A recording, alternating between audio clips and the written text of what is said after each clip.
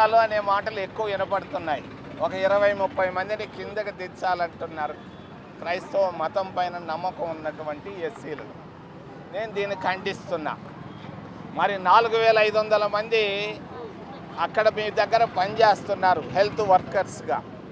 మరి మీ లెట్రిన్లు గడుగుతున్నారు, చిమ్ముతున్నారు, తుమ్ముతున్నారు. వాళ్ళు కూడా చర్చికి వెళ్తున్నారు 4500 మంది. వాళ్ళని తీసేసే దమ్ముందా మీకు? లేదు, చేయలేరు. ఈ పనులకు మేము కావాలి, ఎవరైనా పర్వాలేదు. ఆడ ఉండేదానికి మీకు నష్టమా? చంద్రబాబు నాయుడు ఈ అన్ని మతాల విషయాన్ని మరి ఆపేసేయి, పిచ్చి పనులు చేయబాకు, భారత రాజ్యాంగాన్ని పాటించు. రెండోది సనాతన ధర్మం అంటారు. సనాతన ధర్మం అంటే ఏంది? మహాత్మా గాంధీ గారు 100 సంవత్సరాల నాడు తిరుచానూరుకు వచ్చి 33 మంది హరిజనులకు, ఆ రోజు ఉన్నటువంటి హరిజనులకు, ఈరోజు దళితులకు ఆలయ ప్రవేశాన్ని ఏర్పాటు చేశాడు. మరి కాంగ్రెస్ పార్టీ, మహాత్మా గాంధీ, ఇది సనాతన ధర్మం అంటే. అంతేగాని పిచ్చి పిచ్చి మాటలు, పిచ్చి పిచ్చి జెండాలు ఎత్తుకొని తిరగడం సనాతన ధర్మం కాదు.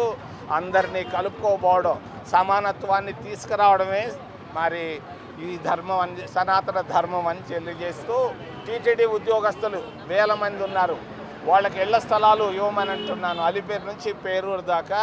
ఇదేం డబ్బు ఖర్చు లేదు చంద్రబాబు నాయుడు, ఒక మాటతో అయిపోద్ది. నువ్వు మంచి పని చేసి అర్చకులకి మరి టీటీడీ ఉద్యోగస్తులకు ఇళ్ల స్థలాలు ఇవ్వమని చెప్తూ జర్నలిస్టులు కూడా తలా 5 సెంట్లు ఆడ పారేసేయి, మంచిది. మరిన్ని వీడియోస్ కోసం ఛానల్ ని సబ్స్క్రైబ్ చేయండి. లేటెస్ట్ అప్డేట్స్ కోసం వాట్సాప్ ఛానల్ ని ఫాలో అవ్వండి. ఆ లింక్ డిస్క్రిప్షన్ లో ఉంది.